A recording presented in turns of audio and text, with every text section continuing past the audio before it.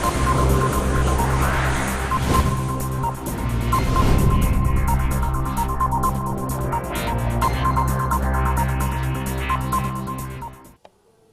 Everyone, स्वागत है आपका आपके अपने परिवार एजुकेशन हब 2.1 में।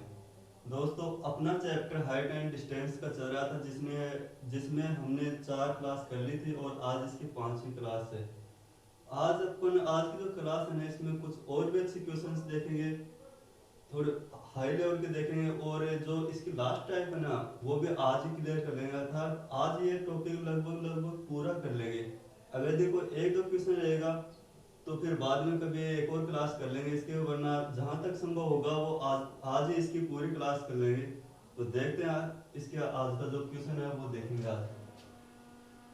देखिए, ये कोई क्वेश्चन है, किसी ऊर्ध्वाधर तल में स्थित समषट्भुज के केंद्र पर स्थित 75 मीटर ऊंचे टावर के शीर्ष तथा समषट्भुज के किसी शीर्ष के साथ बनाया गया अवनमन कोण 60 डिग्री है, तब षट्भुज की प्रत्येक भुजा की लंबाई ज्ञात कीजिए। अब इसका मतलब क्या होगा? इसका मतलब यह है कि कोई 6 भुजाओं की कोई आकृतियां, और वो जो आकृति है ना उसमें जो भुजाएं हैं वो सभी समान है। सम का मतलब समान हुआ। तो आकृति कैसे बनेगी? जैसे ये कोई आकृति है, समषट्भुज हो गया यहाँ पे, इसको आपको बराबर भुजाएं माननी है, बराबर भुजाएं माननी है। ये मेरे पास में चाहे कैसे बने लेकिन आपको बराबर माननी है।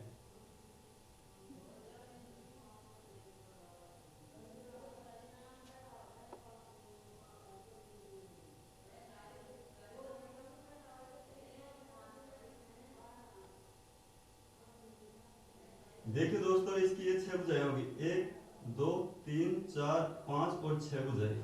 ठीक है, और ये जो भुजाएं है ना, अर्थात ये भुजा, ये भुजा और ये भुजा, ये सभी समान है, सभी की समान है इसकी। तो यहाँ पे इनको नाम दे देते हैं A B C D E और एफ। अब क्या बोल रहा है आगे कि ऊर्ध्वाधर तल में स्थित समषट्भुज के केंद्र पर स्थित 75 मीटर ऊंचे टावर के शीर्ष है, अर्थात ये इसका केंद्र है, और केंद्र ये ओ हो गया, यहाँ पे ओ बिंदु हो गया। तो केंद्र से 75 मीटर ऊंचे टावर है, अर्थात ये कोई टावर है और इसकी हाइट कितनी दे रखी है अपने को? 75 मीटर। ठीक है, अब आगे क्या बोल रहे हैं कि केंद्र पर स्थित 75 मीटर ऊंचे टावर के शीर्ष तथा समषट्भुज के किसी शीर्ष के साथ बनाया गया अवनमन कोण 60 डिग्री है। तो अवनमन कोण जो ये बोल रहा है, ये 60 डिग्री बोल रहा है अपने को। तो अवनमन कोण कौन सा होता है? ये होता है। तो अवनमन कोण कितना हुआ? 60 डिग्री। अब एक बात का ध्यान रखना, मैंने आपको स्टार्टिंग में भी बताया था कि अवनमन और उन्नयन कोण होता है वो हमेशा बराबर होते हैं। तो मैं ये कह सकता हूँ कि अगर मेरे पास 60 डिग्री का कोण हुआ तो ये भी मेरे पास में क्या हुआ? 60 डिग्री का कोण हुआ, अर्थात अवनमन और उन्नयन कोण 60 डिग्री के हैं। तो यहाँ पे मैं ऐसे भी लिख सकता हूँ कि उन्नयन कोण बराबर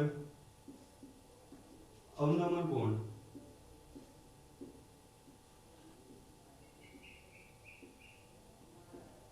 ठीक है भाई। अब यहाँ पे देखिए, यहाँ पे ये अवनमन कोण 60 डिग्री का हो गया, तो यहाँ पे हम इसको जे बिंदु दे देते हैं। ठीक है, अब जो ये भुजा है ना, इसकी अपने को लंबाई निकालनी है था। ये भुजा कितनी लंबाई की है? तो अपने को क्या दे रखी है? ओ जे की जो लंबाई है ना, ओ और जे की लंबाई अपने को दे रखी है 75 मीटर।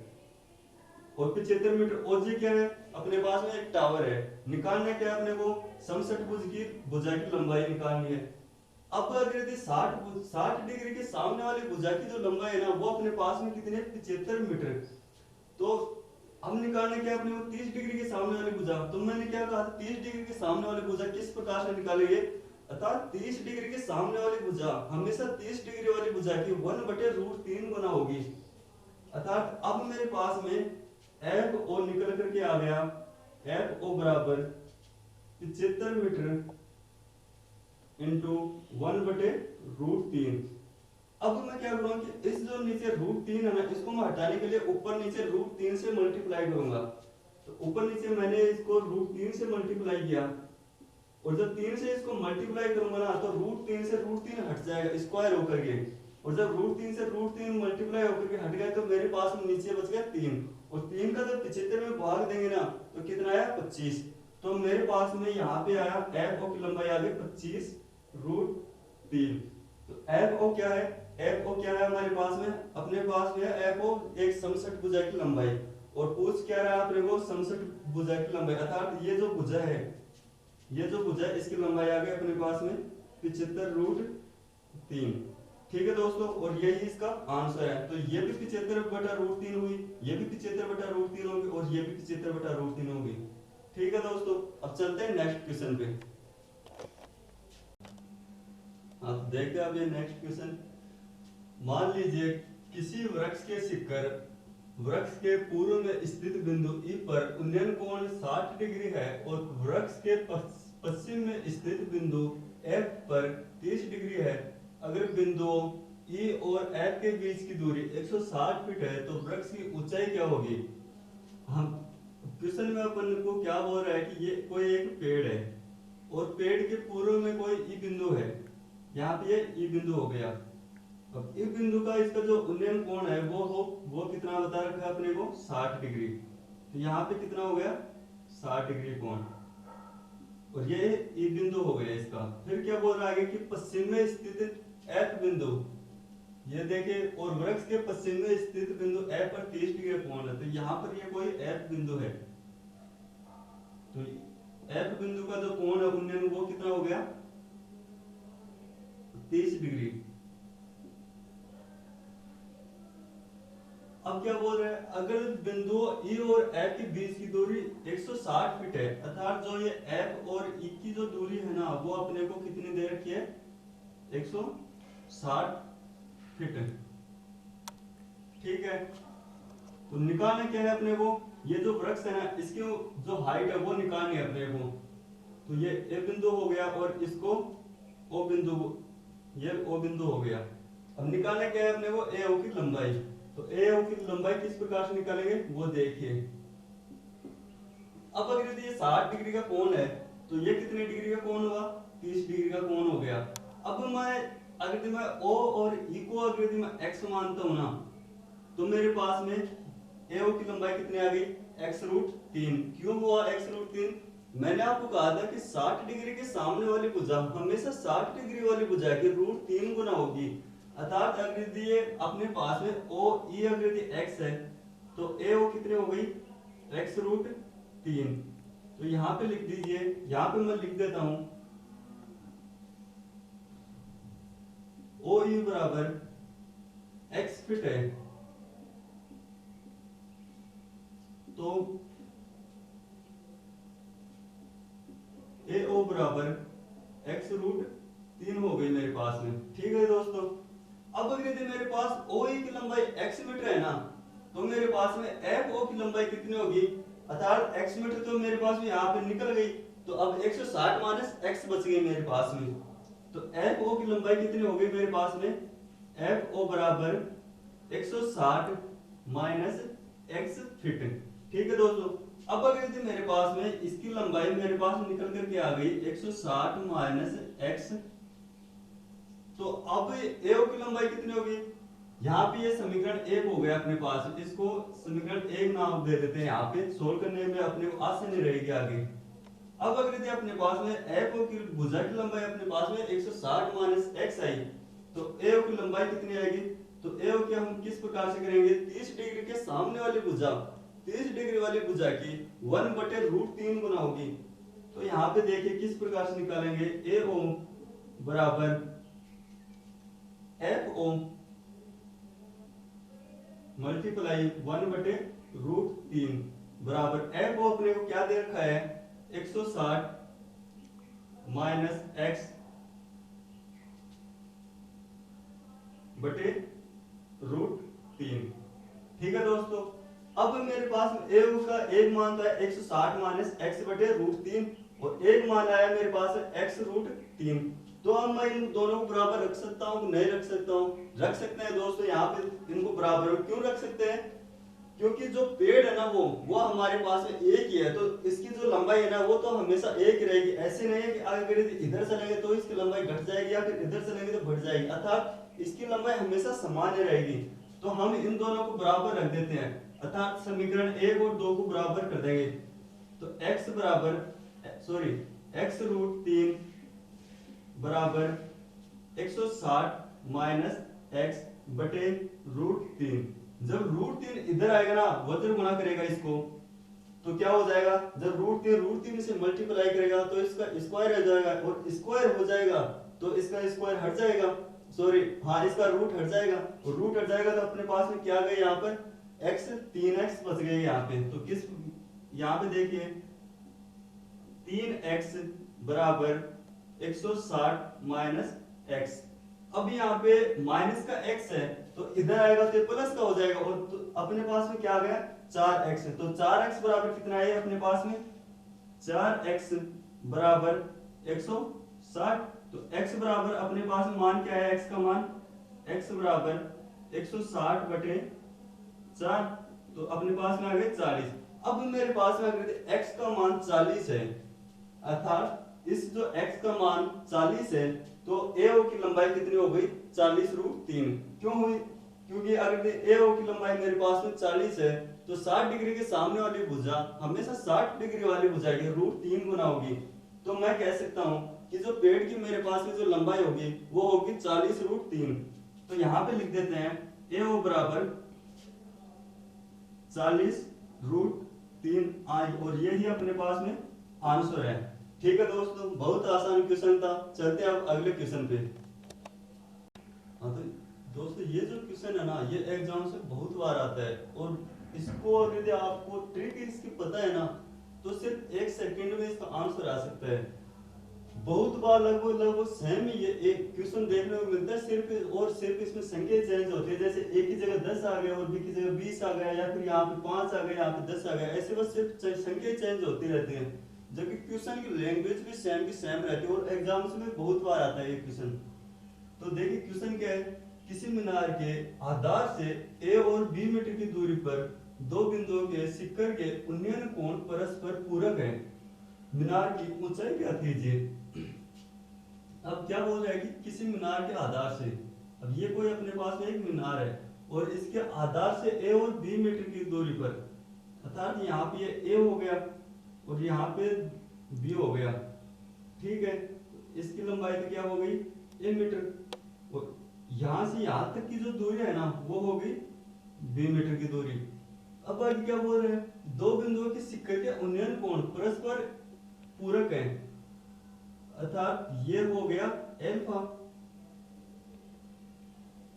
और ये हो गया बीटा, अर्थात एक दूसरे के पूरक हो गए, तो एल्फा और बीटा हो गया। तो मैं कह सकता हूं कि एल्फा प्लस बीटा बराबर 90 डिग्री, कह सकता हूं नहीं कह सकता हूं। तो यहाँ पे मैं इसको ए बिंदु दे दे बोल दूंगा और इसको बी बिंदु, ये हो गया अपने पास में पी बिंदु और ये हो गया क्यू बिंदु। अब मैं यहाँ पे इस प्रकार से भी लिख सकता, देखो इसकी शॉर्टकट ट्रिक तो होगी, अगर यदि अपने को हाइट पूछे नहीं इसकी, और लगभग क्वेश्चन में सभी में हाइट पूछेगा, ठीक है, तो हाइट पूछेगा तो इसका डायरेक्टली शॉर्टकट तरीका क्या है, हाइट के बराबर हो गया रूट ए और बी, और यही अपने पास में इसके आंसर है। सभी क्वेश्चंस का आंसर सिर्फ इतना ही निकल करके आएगा, हाइट बराबर root 1 multiply A multiply B, अर्थात यहाँ पे कोई भी संख्या हो सकती है ए की जगह और बी की जगह, तो उनको आपस में मल्टीप्लाई कर दीजिए और उसका रूट कर दीजिए, हमेशा इसका आंसर यही निकल करके आएगा। अब इसके पीछे जो लॉजिक है ना वो मैं आपको यहाँ पर इसका बेसिक बता रहा हूँ कि ये आया है तो किस तरीके से आया है, ठीक है, तो वो मैं आपको एक बार बता देता हूँ, जबकि इसको आपको यूज नहीं लेना, सिर्फ और सिर्फ इसको ध्यान रखना है कि जब भी हाइट पूछे अपने को और जो दोनों कोण है वो एक दूसरे के पूरे गुना, तो वो किस प्रकार से होंगे। अब एल्फा प्लस बीटा बराबर मेरे पास में 90 डिग्री है, तो मैं इसको ऐसे भी कह सकता हूं कि त्रिभुज पी ए ओ बराबर टेन एल्फा बराबर हाइट बटे हाइट अपॉन ए। अब देखिए मैंने यहाँ पे टाइम टेन एल्फा लिया क्यों है, इसके पीछे भी आपको ये पता होना चाहिए कि सर आपने टेन एल्फा लिया क्यों। यहाँ पे साइन भी तो ले सकते थे, कोस भी तो ले सकते थे। तो इसके पीछे का लॉजिक सिर्फ और सिर्फ यही है कि टेन बराबर अपने पास में आता है लंब बटे आधार। तो लंब अपने को दिया हुआ है h और आधार अपने को दिया हुआ है, इस कारण से अपन टेन लेते हैं। टेन बराबर हमेशा होता है आधार लंब बटे आधार, ठीक है ना। इसलिए हमने यहाँ पे टेन एल्फा लिया है। तो टेन एल्फा बराबर एच अपॉन ए आ गया। तो यहाँ पे ये हो गया अपने पास में समीकरण ए। अब दूसरा समीकरण अपने पास में क्या बन रहा है कि त्रिभुज P B Q, P B और क्यू बराबर टेन बीटा बराबर एच अपॉन बी, ठीक है दोस्तों। अब दूसरा समीकरण अपने पास में ये आ रहा है कि टेन बीटा बराबर एच अपॉन बी। अब मैं जो ये टेन बीटा है ना, इसको मैं यहाँ पर इस प्रकार से भी तो लिख सकता हूँ, टेन बीटा बराबर, टेन बीटा को मैं इस प्रकार से भी लिख सकता हूँ कि टेन कोष्टक 90 माइनस बीटा बराबर एच अपॉन बी। ये लिख सकता हूँ नहीं लिख सकता हूँ मैं। अब जब मैं इसको ये लिखूंगा ना तो मेरे पास में इसका मान निकल करके आया, अर्थात ये चेंज हो गया किसमें, कोट में। तो कोट एल्फा बराबर एच अपॉन बी। अब जब ये कोट एल्फा बराबर एच अपॉन बी आ गया मेरे पास में, तो इसके पीछे भी एक लॉजिक होता है मैथ में, वो अपन त्रिकोणमिति में पढ़ेंगे। तो वो क्या होता है, अगले दिन मेरे पास में कोट थीटा बराबर हमेशा होता है 1 बटे टेन थीटा, ठीक है दोस्तों। तो हम इसको टेन में चेंज करेंगे वापस, क्यों करेंगे, तो क्योंकि यहाँ पर अपने पास में टेन एल्फा है और इसको क्वेश्चन को भी सोल्व करने के लिए अपने को टेन एल्फा चाहिए।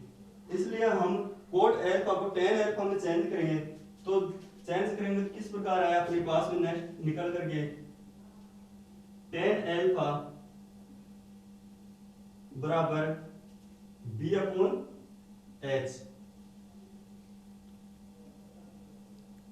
B upon H. अब देखिए मेरे पास में दूसरा समीकरण है वो निकल करके आ गया टेन एल्फा बराबर बी अपॉन एच, और यहाँ पे क्या है टेन एल्फा बराबर एच अपॉन ए, अर्थात मेरे पास में दोनों मान समान है। तो मैं समीकरण एक और समीकरण दो को मैं बराबर रख देता हूँ। तो रखा तो मेरे पास में मान क्या आता है, देखिए यहाँ पे एच अपॉन ए बराबर बी अपॉन एच। जब इसको सोल्व करेंगे आगे तो ये वज्र गुणा करेंगे, मल्टीप्लाई करेंगे, आपस में वज्र गुणा हो गए तो एच का एच स्क्वायर हो गया और यहाँ पे आया ए बी, ठीक है। अब एच स्क्वायर बराबर ए बी आ गया। अब एच का जब स्क्वायर हटाएंगे ना तो इसका रूट हो जाएगा। तो एच बराबर मेरे पास में आया है रूट ए बी। तो दोस्तों इसके पीछे का जो लॉजिक है वो ये है इतना बड़ा, लेकिन आपको यह तरीका काम में नहीं लेना है। मैंने आपको इसका जो बेसिक है वो आपको बताया। आपको सीधा और सीधा यही ध्यान रखना है कि जब हाइट पूछे और एक दूसरे के दो कोण पूरक हो तो उसका आंसर उसकी हाइट किस प्रकार से निकालेंगे, अर्थात जो लंबाई दे रखी है ना उसको मल्टीप्लाई करेंगे और उसका रूट करेंगे। अब इसी प्रकार से इसका जो एक क्वेश्चन है वो मैं आपको बता देता हूँ।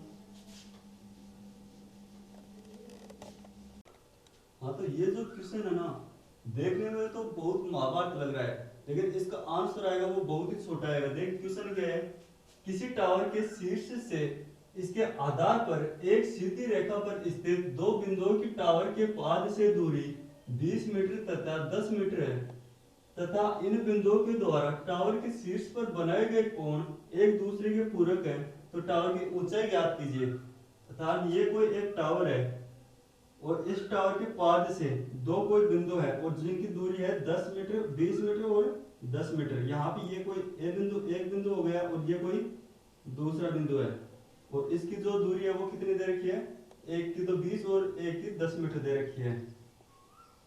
तो ये तो हो गई 10 और ये कितनी हो गई 20 मीटर, ठीक है। अब ये क्या बोल रहा है कि इनका जो कोण है वो एक दूसरे के पूरक है, ये दोनों कोण। तो ये हो गया थीटा और ये हो गया 90 माइनस थीटा। ठीक है, अब ये हो गया ए, बी और सी और ये डी हो गया। अब निकालना क्या है अपने को, इस टावर की हाइट अर्थात ए बी की लंबाई अपने को निकालनी है। तो ए बी बराबर, मैंने आपको बताया था कि आपको इन दोनों को मल्टीप्लाई करना है और इसका रूट करना है। तो किस प्रकार से करेंगे, यहाँ पे हो गया ये 10 मल्टीप्लाई 20 अर्थात ए बी बराबर 200 रूट। या तो अपने को एग्जाम में आंसर जो ऑप्शन होगा उसमें ऐसे मिलेगा या फिर ऐसे ना मिले, तो आपको क्या मिलेगा 10 रूट 2। अब ये एग्जामिनर पे डिपेंड करता है कि वो आपको ऑप्शन में ये दे या फिर ये दे। अगर ये नहीं मिला तो इसको आगे सोल्व कर लीजिए और फिर ये आएगा इसका 10 रूट 2। ठीक है दोस्तों, अब चलते हैं नेक्स्ट क्वेश्चन पे। देखिए बहुत आसान क्वेश्चन था, अगर आपको ये तरीका पता हो तो। हाँ तो ये क्वेश्चन देखते हैं। एक खंबा तथा एक टावर जमीन पर खड़े हैं। खंबे की ऊंचाई 10 मीटर है। खंबे के शीर्ष से टावर के शीर्ष तथा पाद के अवनमन कोण क्रमशः 60 डिग्री तथा 30 डिग्री है। टावर की ऊंचाई ज्ञात कीजिए। अपने क्वेश्चन क्या बोल रहे हैं कि एक ये कोई टावर है और ये एक खंबा है। ठीक है, अब आगे क्या बोल रहे हैं, जमीन पे खड़े हुए हैं। खंबे की ऊंचाई 10 मीटर है अर्थात ये जो खंबा है इसकी ऊंचाई 10 मीटर है। खंबे के शीर्ष से टावर के शीर्ष अर्थात खंबे का शीर्ष ये है और टावर का शीर्ष ये है, तो इनको मिला दिया हमने। तो खंबे के शीर्ष से टावर के शीर्ष तथा पाद के अवनमन कोण अर्थात इसका जो ये पाद है इसका अवनमन कोण क्या है 30 डिग्री और 60 डिग्री। तो ये तो हो गया 60 डिग्री और अवनमन कोण क्या है 30 डिग्री, सॉरी ये तो 60 डिग्री और अवनमन कोण कितना दे रखा है अपने को 30 डिग्री। अब मैंने आपको स्टार्टिंग में बताया था कि अवनमन और उन्नयन कोण हमेशा बराबर होते हैं अर्थात यहाँ पे जो कोण बनेगा वही यहाँ पे होगा, इसलिए यहाँ पे हम 30 डिग्री लिख दिया हमने और यहाँ पे 60 डिग्री। यह अपन को क्वेश्चन में बोल रहा है कि अवनमन कोण क्रमशः 60 डिग्री तथा 30 डिग्री है। हम इसको अगर लिखना जाए तो यहाँ पे भी अगर मैं इसको इसके समांतर करता हूँ तो ये 60 डिग्री हो गया। तो उन्नयन और अवनमन कोण हमेशा बराबर हो गए।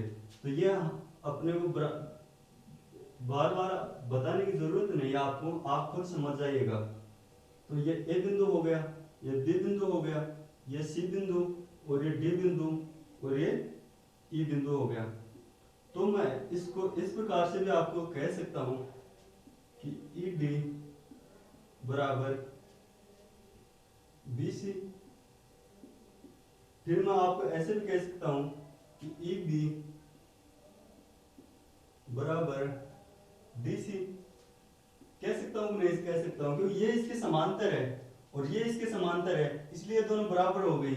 ठीक है, अब अपने को अगर डीसी की लंबाई दे रखी है तो मैं बीसी की लंबाई निकाल सकता हूं। किस प्रकार से निकालूंगा, अगर ये मेरे पास में बी कोण है वो 30 डिग्री का है तो मेरे पास ये कोण कितने का हो गया 60 डिग्री का।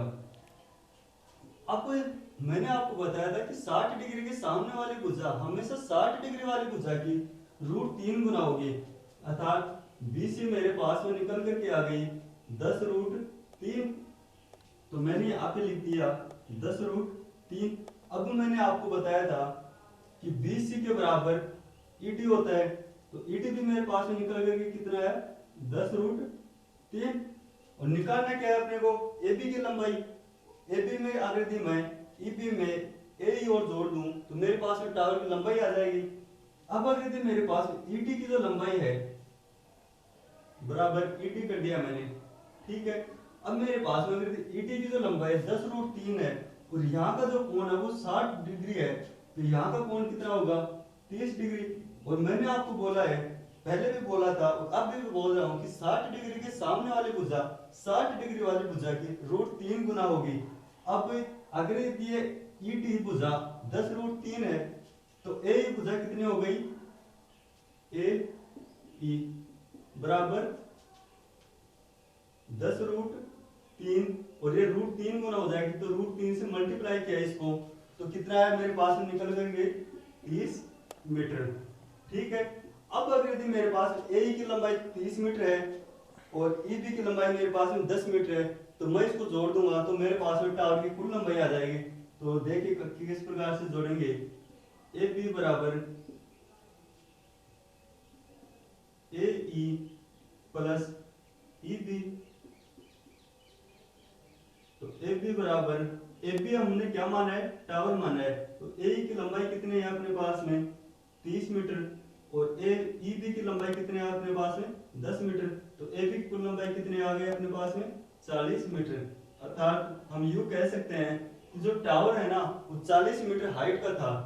तो ठीक है दोस्तों, आज के लिए इतना ही, मिलते हैं कल अगली क्लास में नए चैप्टर के साथ में। अगर यदि आपको वीडियो पसंद आया हो, क्लास अच्छी लगी हो, तो वीडियो को लाइक करना, शेयर करना और चैनल को सब्सक्राइब करना। धन्यवाद।